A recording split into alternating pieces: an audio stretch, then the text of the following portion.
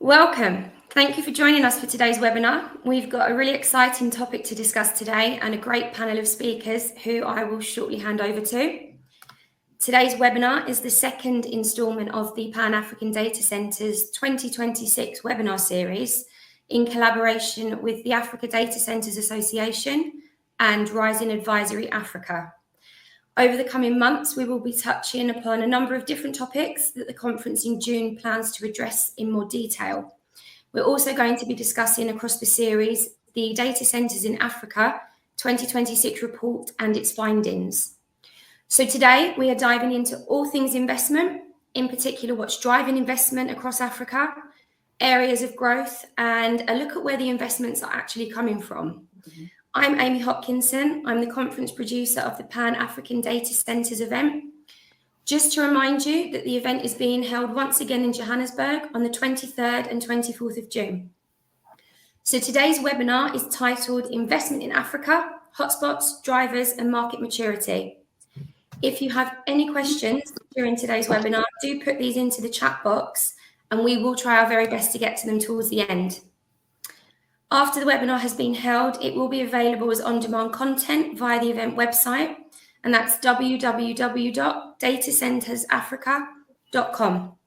And now I'm very pleased to hand you over to Emily Wilson of Rising Advisory Africa to introduce herself and our esteemed panel of speakers. Thank you, Emily.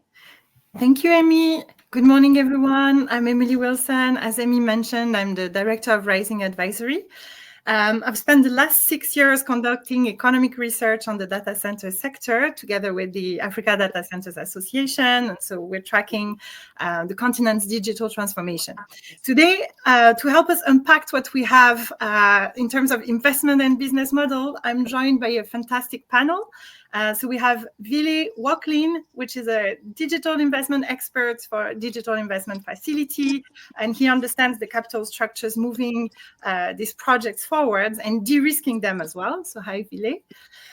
We have also Mike Mayer, who is the CEO and Managing Director of Portman Partners, and he brings a vital perspective on the leadership and strategic aspect behind successful data center models. And last but absolutely not least, we have Sandile Dube, who is the Managing Director for South Africa at Equinix, and he's at the literal front line of the model and global interconnections on the continent. Gentlemen, welcome. Thank you. Thank you. Thank you. So we have prepared some very exciting questions that are going to help us understand what's going on in the sector. But before we start diving deeper into the topic, we have prepared a short brief pulled out from the annual economic report, Data Centers in Africa 2026, that can help us with the full picture of where we are at today. So let's start with the first slide to help us understand why data centers are on top of everybody's mind globally today. So basically, the figure is $3 trillion. That's the global data center investment estimate for the next 5 years. So everybody wants to be part of it. Africa today still has a very small market share, which is 0.6%. It is expected to grow and quadruple within the next 5 years, but this will just maintain this share of 0.6%. So there's definitely a lot of room for growth. We can move on to the next slide. Surprisingly, we're faced with a paradox in the sector. Despite this very small market share, we also have an occupancy that is not 100% so far. So we're diving also deeper into the demand aspects of it to understand how we can unlock this potential. So we can go on to the next slide. So what is the secret recipe of the business model? We have several factors. Obviously, connectivity is a key factor because data centers are connected internationally with international subsea cables and locally as well with land cables. But what has become very prominent over the past year is power. Of course, it needs to be supported also by regulations, and also human resources are always a key factor to take into account. But what drives the business model and makes it make it or break it is the demand. And what is it made of? First of all, the overall data consumption. Then we have hyperscalers who are hosting this overall data consumption. Of course, the enterprise segment is the key factor locally, along with national sovereign needs. So we can move on to the second slide. Yes. So diving deeper into these demand segments, we have the overall data consumption of the African continent. I think one misconception is that there's a huge chunk of the population which is not connected. That is not the case anymore. Only 9% of the population does not have access to internet. What is lacking behind is usage. 64% of the population has access to the internet, but is not using it. Why is that? This is something we're going to answer in a moment. The third factor, which is also showing where we're standing right now, is that Sub-Saharan Africa has the lowest data traffic per active smartphone of the world. It's about just a quarter of the global average. So you can see that there's a lot of room for growth if we manage to unlock all of these factors. So why is the situation what it is today? Is the cost. Internet costs can be up to 26%, 26.4%, so more than a quarter of an average income, compared to a global 2% or less. So there's a significant untapped potential whenever we can unlock this local demand. So this overall data consumption is generally hosted by hyperscalers, who are also called content providers or GAFAMs. They can host locally or internationally, but they host most of the internet content that anybody use, you and me and the entire world. So they choose the hosting location according to a mix of course, the local demand to optimize the speed of internet connectivity. Then the second one is the locally enforced regulation. And then they also have very high standards and requirements whenever they decide to choose a certain location. They are the largest clients of data centers today. However, they are a bit slow to enter Africa at scale. We can move on to the next slide. The two last segments are enterprise, so local companies, IT systems, basically. 55% of African companies today run at least half of their workloads in the cloud, which means that they are a significant client. And then for 41% of African businesses, changing their IT system or migrating to the cloud means a total business change. So there's a huge need for IT infrastructure expertise to support and help this ongoing digital transformation process. Again, it's a little bit slow. It can take up to 24 months for a company to decide to migrate either to co-location or to cloud or just to change their IT system. And then the other segment, which is very local and again, very sound on a long-term basis, is the sovereign need. All the citizens' data. So there is a very strong awareness nowadays on the national security and geopolitical aspects of the sector. So governments are willing to push this digital sovereignty. With very often with national or sovereign-owned infrastructure.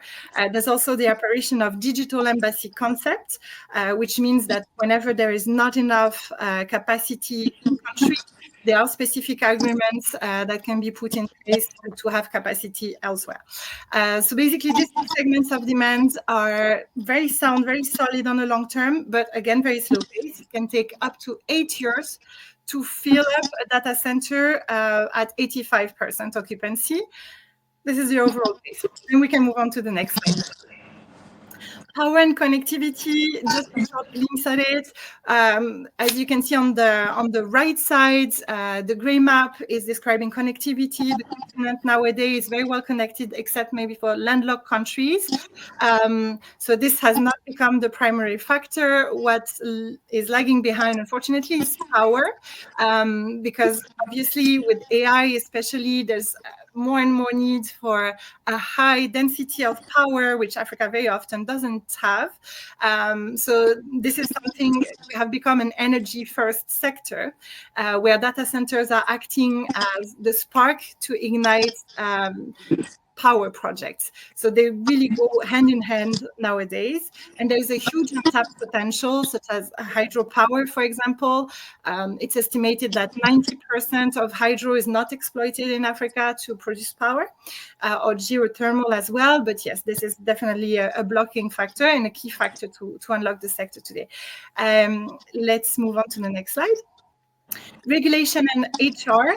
Data protection laws and data localization regulations are definitely coming into play to develop the sector. Many countries have adopted some sort of data protection law.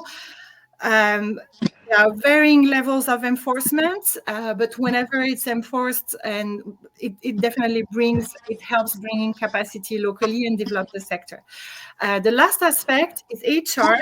We're emphasizing this aspect of the sector this year because we've discovered recently that there is brain drain. There's quite a high level of brain drain.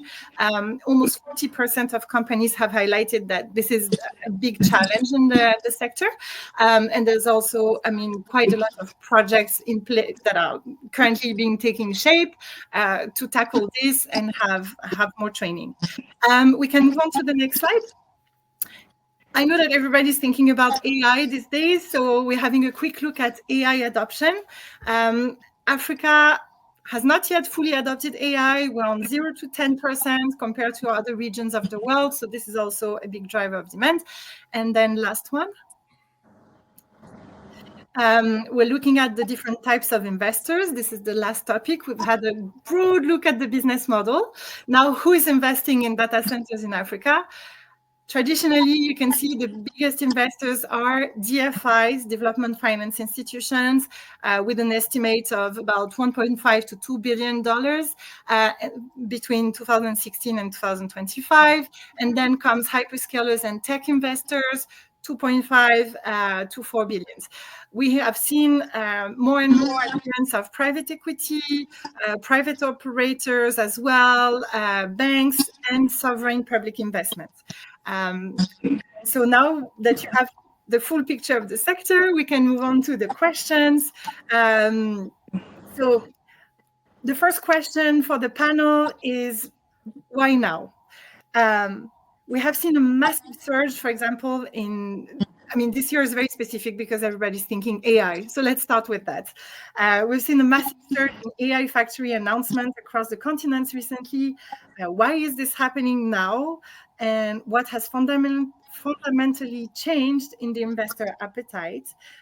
Specifically also, as rack densities jump from 5 kilowatts towards more than 50 kilowatts, almost overnight. Are we building infrastructure that can actually scale for AI? Emily, firstly, good morning, good afternoon, everybody, depending where you're connecting from. My name is Sandile Dube, Managing Director at Equinix. I'll take that question, Emily, if that's okay with you. I think for me, what's quite important to note, first and foremost, is that Africa's digital infrastructure has evolved quite rapidly. And what we're finding is that AI investments are not only a response, but are also a catalyst to transformation. And I think the key is really ensuring that both power, cooling, as well as interconnections really keep up the pace with compute densities as well as the AI demand. And you asked the question in relation to why now. I think why now is because really the demand seems to be increasing in Africa, albeit at a relatively slow pace. And also what we see is that AI workloads require massive compute power and low latency interconnection, as well as recent breakthroughs like generative AI, LLMs, have made these investments quite urgent as very attractive to investors.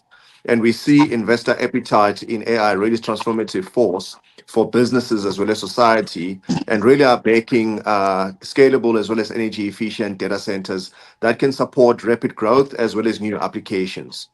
And I think for me, it's really, as I mentioned earlier, this is really not only a response, but also a catalyst in really delivering the transformation that Africa desperately needs, not only to enable the connectivity and the digital infrastructure for its people, but also to really stimulate the economic growth in Africa, which we know that is something that hasn't been growing at a significant rate. To add to that, I mean, I think I agree with Sandile 100%. What's fundamentally changed, I think, is demand, visibility, and then the capital confidence that follows. For years, Africa's growth around data centers predominantly been driven by content, cloud, localization, mobile internet growth, like you've mentioned.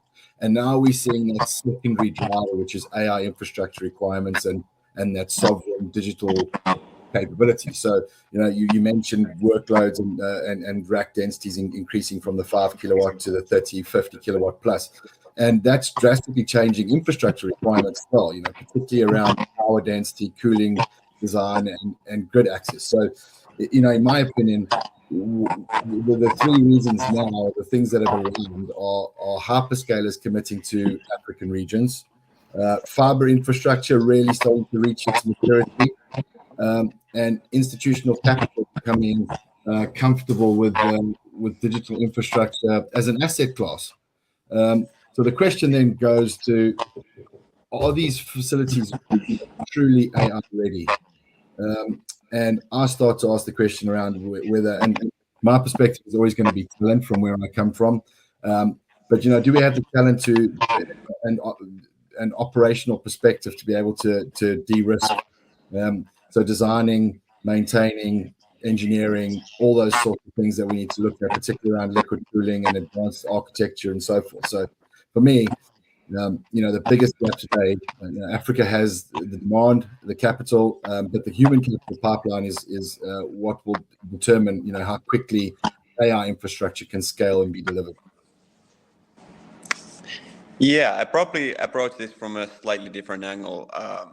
Of course, there's a lot of announcements, but I always treat announcements as announcements and not confusing with at least all of them with reality. I think also another thing is that when we speak about African data center markets, we have to understand it's a set of very different kind of markets. We have, on the other hand, tier one market, South Africa, which is quite mature, and I believe that a lot of the AI investment will start from there, and I think there's already something going on. But then beyond South Africa, which is, by the way, 70% of the total African data center market, beyond that, I see a very narrow demand for AI infrastructure. I speak with the investors all the time, and yes, there is interest, but the question remains, who's the paying customer here at scale? I think the demand is there in theory, but the key question will always be who's the paying customer. So yeah, also optimistic, but right now in the near term, I think the investment, we're not going to see a massive wave of investment to AI infrastructure. Thanks. Yeah, maybe if I can add to that as well. It's I think as an investor, one has to always balance the tone between demand versus supply and how you deploy your capital, and also the potential of the return on that investment. However, I also want to just look at it through a slightly different lens, not only in AI but mainly in data center infrastructure. Now, if I were to use an example of South Africa, which is obviously considered as the most matured data center market across the African continent, we know that the South African economy has been growing slightly above 1%. And when we then start looking at the unemployment rate in South Africa, we've got quite a significant high unemployment rate to the tune of over 33%. And that number is even worse when you then look at it, when you consider the youth, which is actually north of 60%. Therefore, we find ourselves quite challenged with regards to how do we really stimulate the growth of our economy to an extent where it starts creating employment opportunities for our people. And therefore, I believe that the acceleration of digital infrastructure, i.e., data centers, that then becomes the catalyst, or it can become the catalyst to economic growth, addressing the high levels of unemployment. Because quite simply put, when you build a data center in any market, you're not just enabling one industry. You're really creating opportunities across a number of industries, be it construction, be it logistics, be it energy, and the like. So this is really an enabling sector that we're in.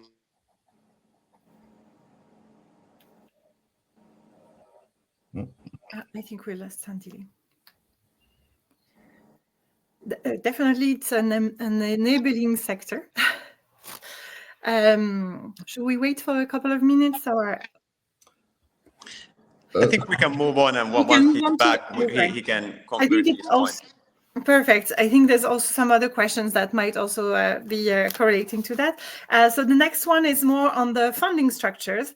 So in addition to the large investments from DFI and tech companies that have been happening for a long time, there's a visible entry recently of private capital, private equity banks into the sector, but it's a measured appearance rather than a surge. So considering the mixed earlier successes of private equity entries, what is the roadmap for driving this capital into the continent?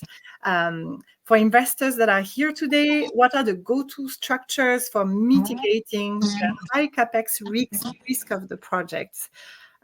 Because I know, Ville, for example, that's kind of the core of what you do, which is de-risking. Yeah. And Mike, you also have this M&A expertise that can be coming handy for this question. How do we de-risk high capex investments?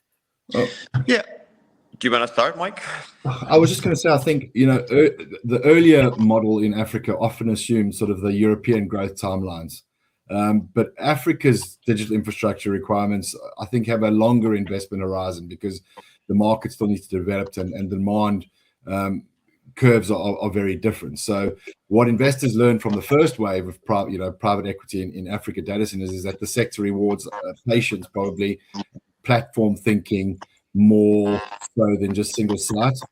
So platform development. So you've mentioned that the sophisticated capital markets such as developing finance institutes, private equity, and so forth. But I think the most successful structures that we're seeing today tend to include, as we've mentioned, sort of an anchor tenant being a hyperscale commitment, phased build out, sort of aligned to demand, so not investing too heavily up front.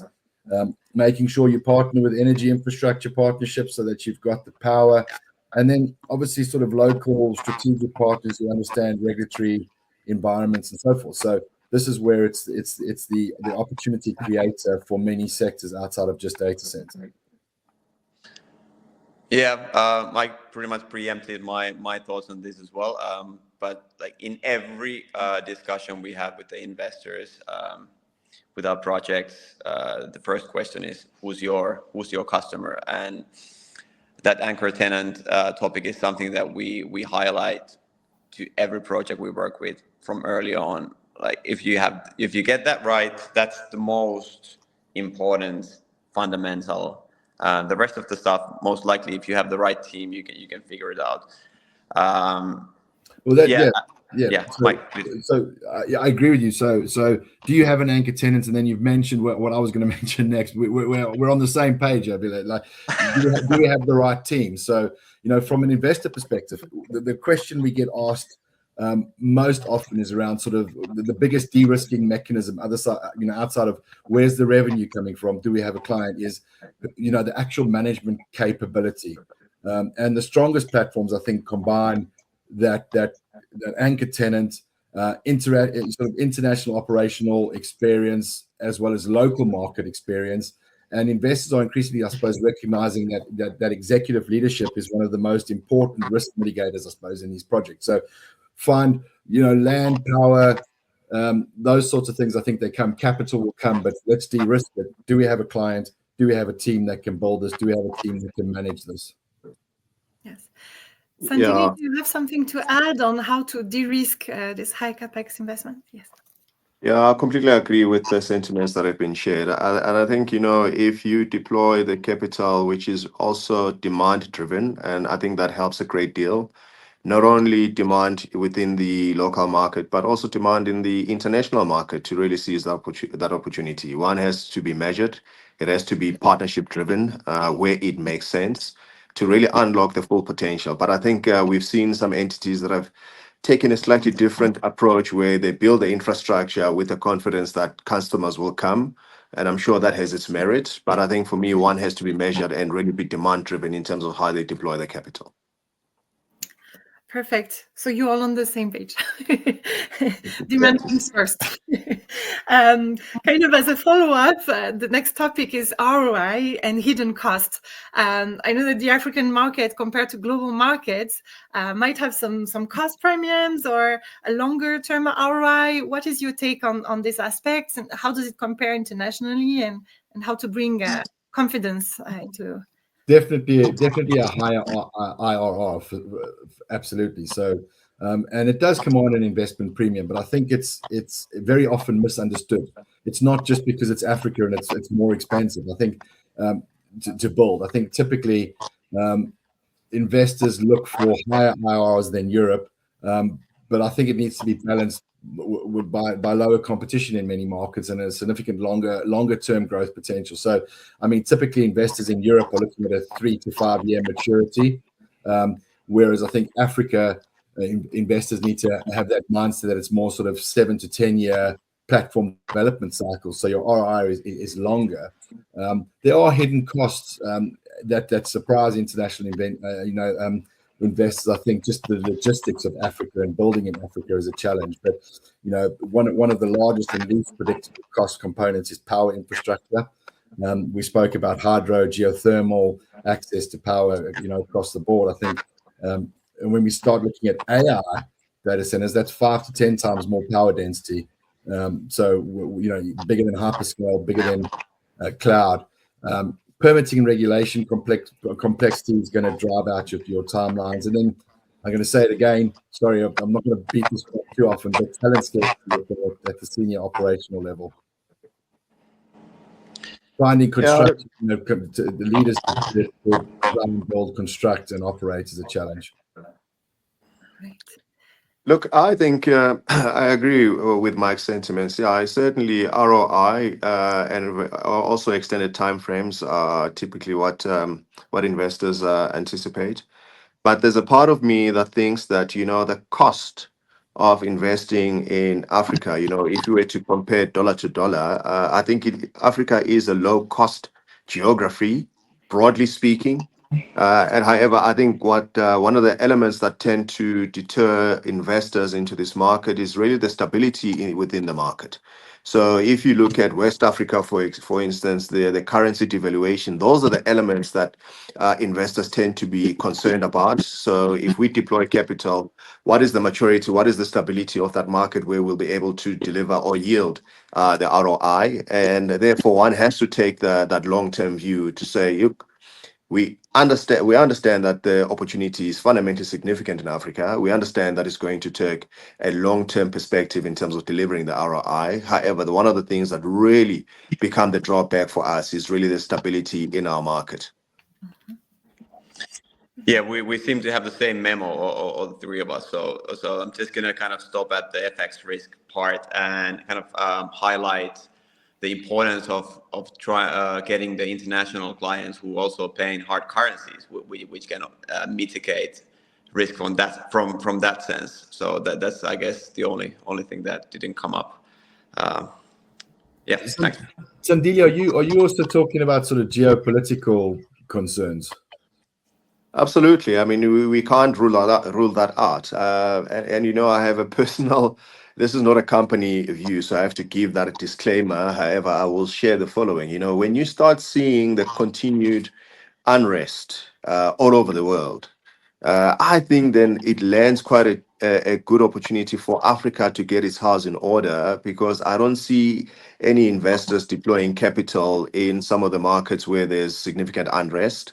Whilst Africa remains really, call it, not involved in those wars or in those unrests, I think then it makes Africa become an ideal market to invest in, on condition that we're able to meet some of the prerequisites, like from a regulation point of view, from a policy point of view, from a power or energy point of view. All of these elements, they need to be right, and they need to be in place so that it makes it easier for operators to come into this market and to invest capital for the extended period of time.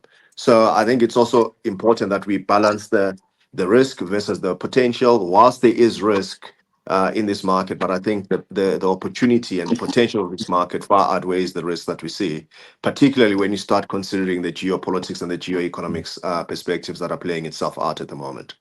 But in the established regions, it's becoming more predictable.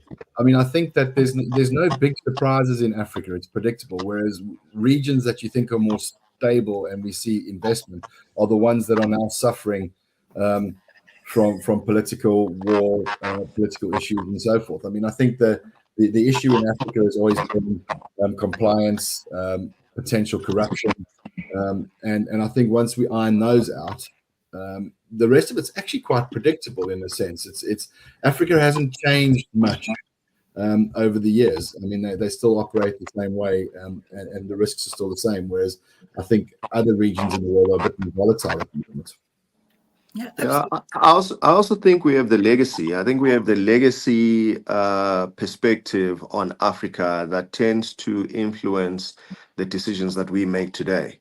I mean, one other example, which we've already mentioned, is around the provisioning of sustainable power to fuel this digital infrastructure.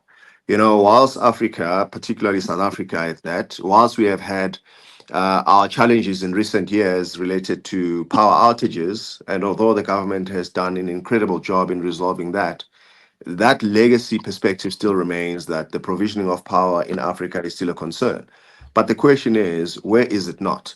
You know, to your point, when you start looking at some of these matured markets globally, there's quite a number of them that have similar, if not worse, power challenges. You know, without mentioning any specific countries, I know of a number of countries, particularly in Europe and the like, where they've put a moratorium on data center constructions purely because of the power demand that data centers have, or the consumption, the overall consumption of data center in comparison to the national consumption. So again, that for me, I see it as an opportunity for Africa. If we're able to address the power challenge, that could also be a caveat where we attract even more investments into this market. Agreed. Yes.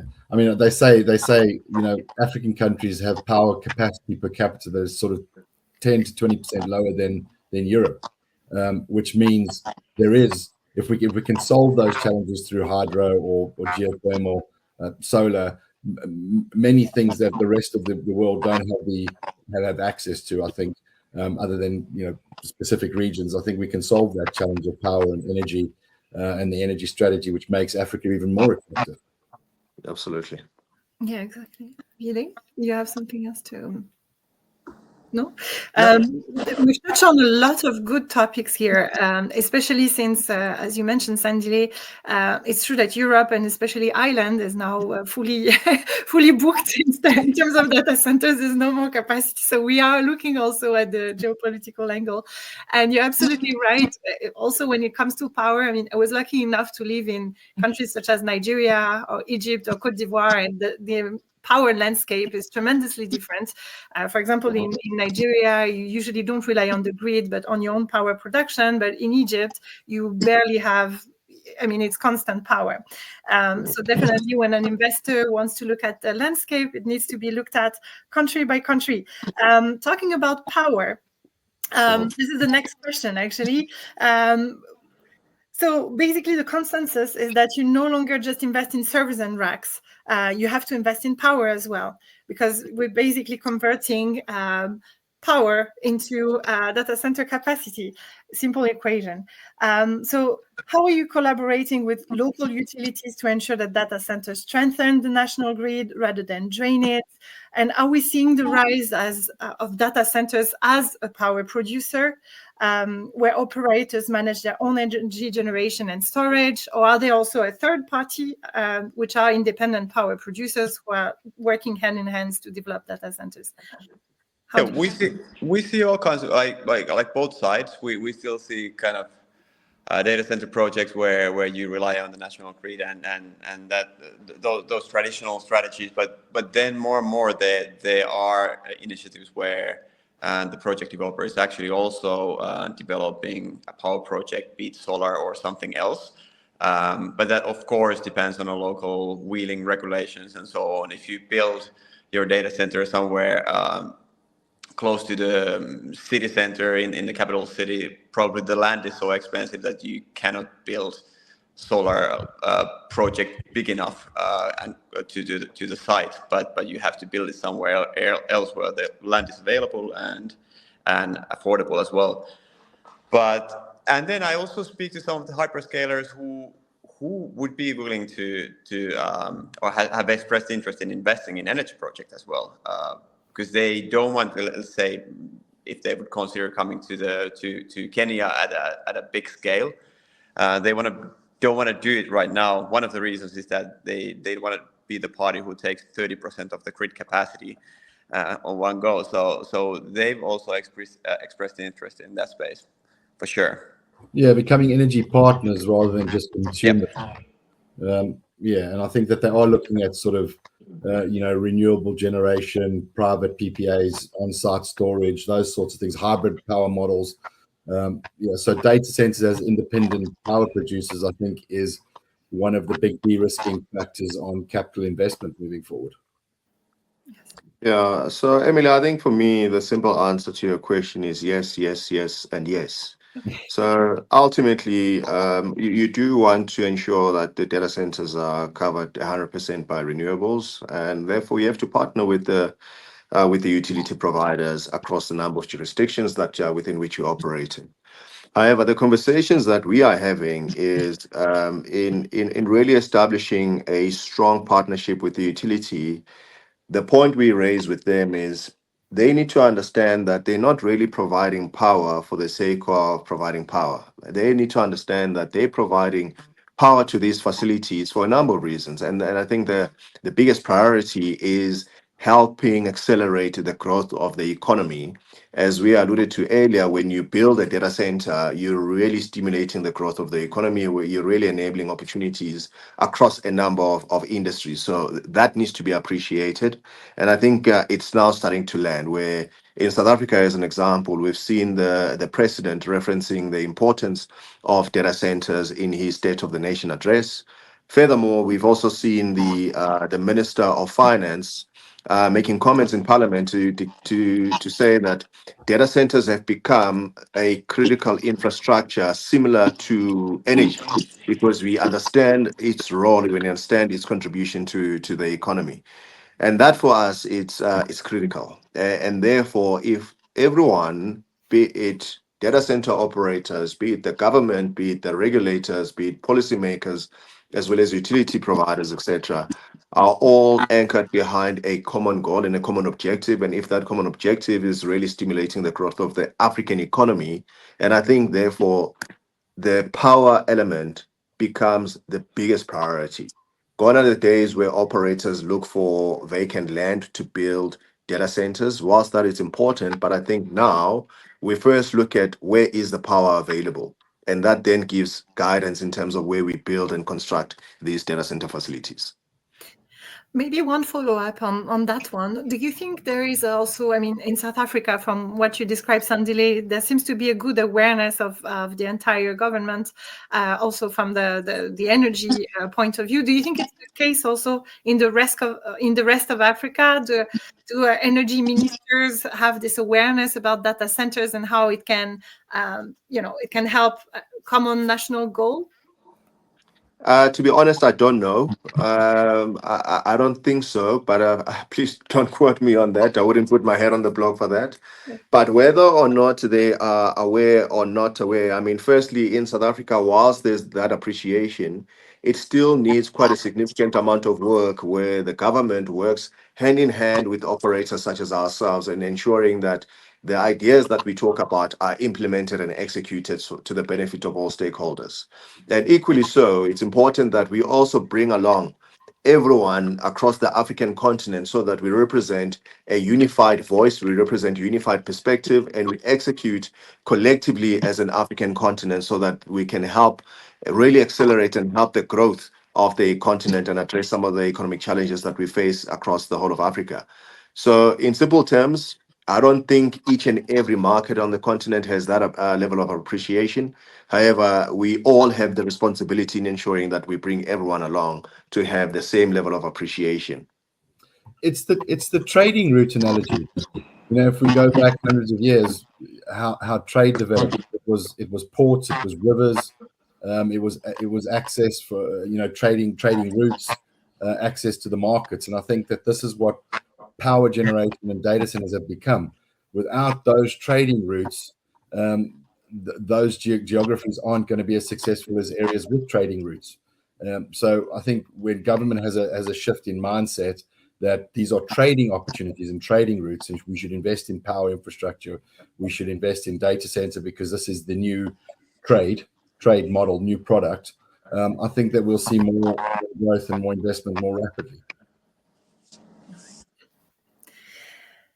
Perfect. Well, talking about national will and national strategy, the next topic we'd like to cover is sovereignty and scalability.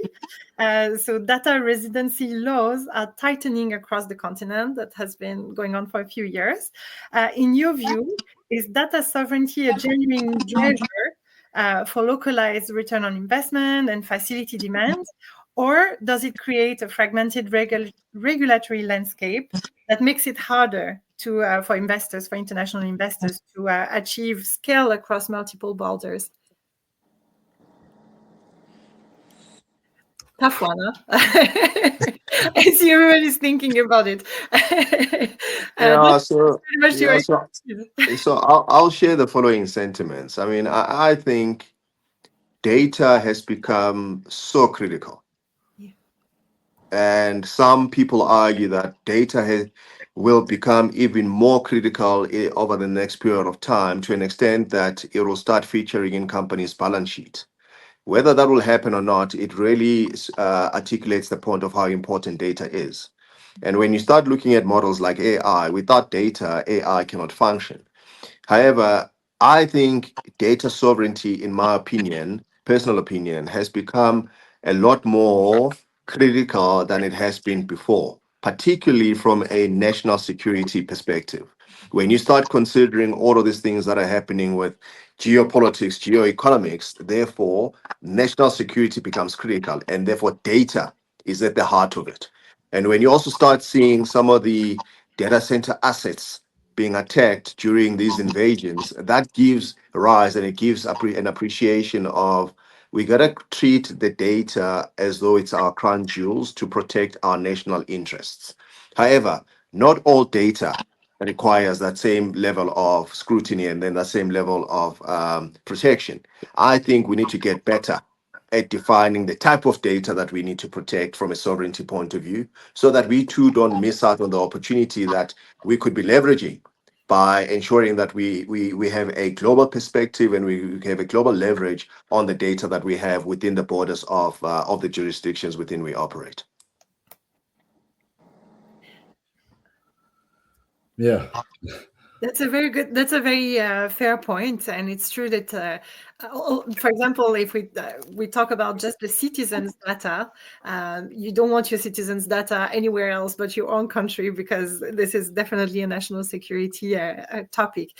You seem to have a lot of things to add, also, Ville and Mike. You seem to be thinking very hard on this one. Well, I mean, data sovereignty is going to be a demand driver. It has to be, because critical national data remaining within the borders is one of the key focuses of government, and it's increasing. So for me, that creates that local infrastructure demand capacity straight away. So then I suppose it leads to the thoughts I have around sort of investor fragmentation.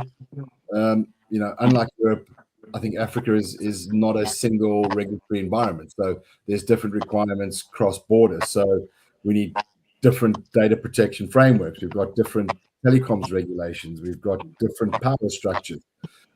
So I start to lean towards thinking, does this make it more platform strategy critical? I.e., let's build regional hubs rather than isolated facilities. This allows you to scale while navigating those sort of different regulatory environments. So Once again, I think the most successful investors are going to be those that build a platform rather than isolated facilities, so they can sort of navigate this and still be successful. Where, to Sandili's point, there's going to be some data that is sovereign and needs to remain within borders, but other data that's less important. So I think that's where the platform providers are going to be more successful. Yeah, I think this is a topic that I haven't completely wrapped my head around yet. I completely agree that this is the direction data sovereignty in especially certain sectors is going to be more and more important going forward. But just to quote, this used to be my regular question in my podcast: why should we care about African data centers? And even the expert pool that I asked this question from is quite divided on the topic. Some believe that if there is strict data sovereignty laws, then it kind of forces demand into certain countries. But then again, there's completely opposing views when that if you do that, then a lot of the demand will go somewhere else and never materialize. So I remain on a kind of observing front on this. That's very interesting. It's true. It's very fragmented because every country seems to have a different regulation.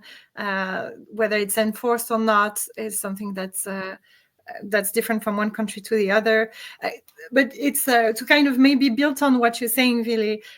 It's a common it's a common thing that is said across the sector that we need data localization policies to make sure that local data stays in country. Sometimes these regulations are passed and there's not enough capacity in country. So this is where it kind of builds a momentum because it's mandatory for all local operators to keep the data in country. I've not quite heard the opposite though. I've not quite heard that. But moving on to the first question I should have asked: what attracts investors to Africa, to the African data centers market? Oh, I think if you look at Africa, there's obviously the lack of digital infrastructure that in itself represents that opportunity, and you alluded to some statistics earlier.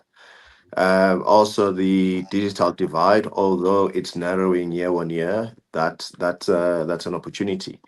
And thirdly, when you then start considering the conditions in international markets, you referenced Ireland in your earlier comments. That too becomes a caveat for investors to come into Africa. And the other thing is, if you start looking at the digital skills gap, there's a significant digital skills gap, and therefore the growth for the digital economy in Africa is fundamentally huge. Therefore, that runway is what investors are looking to seize that opportunity. For me, that's really it's the attractive element that's really bringing most investors into this market. Yeah, the opportunity with Africa. Africa has less than 2% of the global data center capacity, but it has 18% of the world's population, and it's also the youngest population. So if you want to hedge your bets and invest where it's the biggest and the youngest population globally. I think that is the opportunity right there. Yeah, it's 1.5 billion people market, and I think in the next 10 years will be kind of the only continent that's growing in population. So what more do you need to say? Yeah. If you don't invest in Africa, you will lose out in the next 10 years. Exactly. That was wonderful. But talking about the next 10 years, that was kind of the last question, a crystal ball question. If we meet again in 4 years, which market will be the one to watch? Do you think it will still be South Africa? Do you think that some other markets will take the lead? What do you anticipate? Sure. Well, I can start here. I think you don't need a crystal ball to predict that. I think South Africa will still be leading the race in terms of capacity and market maturity. I think there's going to be a bit more serious hyperscale deployments across tier 2 markets in certain countries. I think Yeah, Kenya, I think will be still growing. Very important, a very interesting country in the West is Ghana, quite stable, also sensible digitalization policies. I think there's going to be 1 to 2 new countries that will jump from tier 3 to tier 2 markets. Oh, sorry, to tier 2 level. And I think another one that will be hugely interesting is Morocco. So of course benefiting from the proximity to Europe. Yep. Some of that demand will trickle down for sure.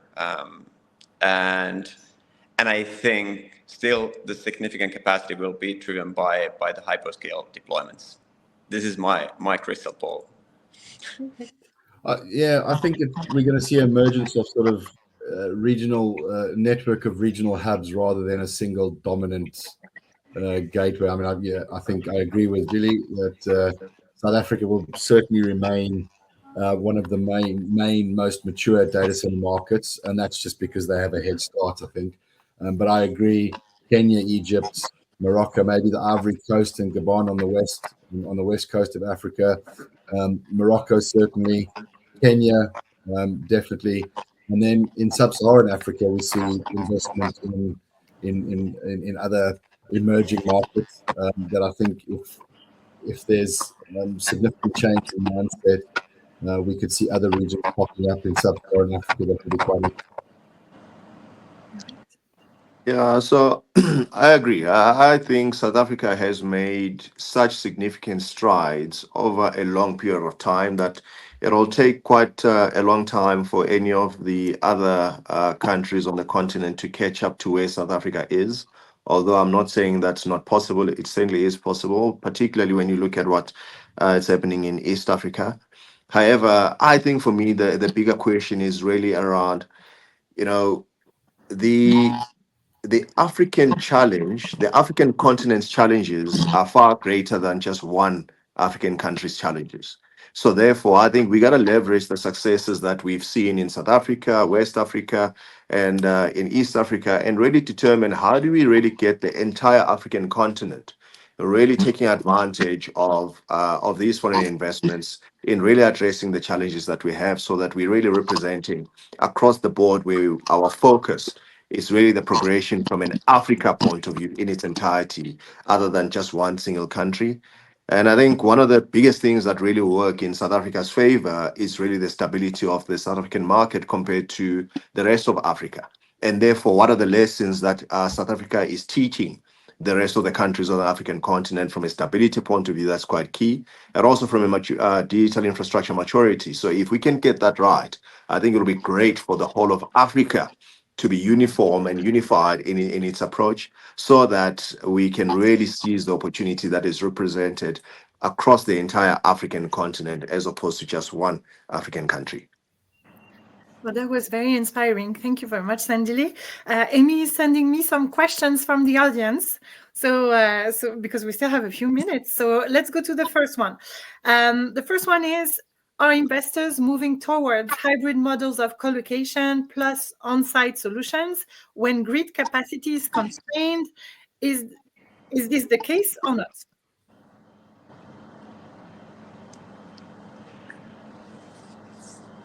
Do you mean in power generation perspective? Yes, I agree. It's a bit confusing because it's a mix of both. Colocation is usually used not really for power. I think the question is more like, are we, when grid capacity is constrained, hybrid models of grid plus on-site power production, do we see this type of case happening? Grid plus on-site production. I think this is the case, right? It has to be. It has to be. There's no other alternative at the moment. You can't rely on a national grid connection to provide all your power and power stability. And as we see AI infrastructure increasing with a higher power demand, that becomes more of a challenge. So, as we're seeing in Europe, as we're seeing across the rest of the world, we're seeing innovative power solutions, whether that be a combination of BESS, natural gas, whatever it is, in conjunction with a grid connection. I think we will soon see data centers that aren't grid connected, completely self-sufficient.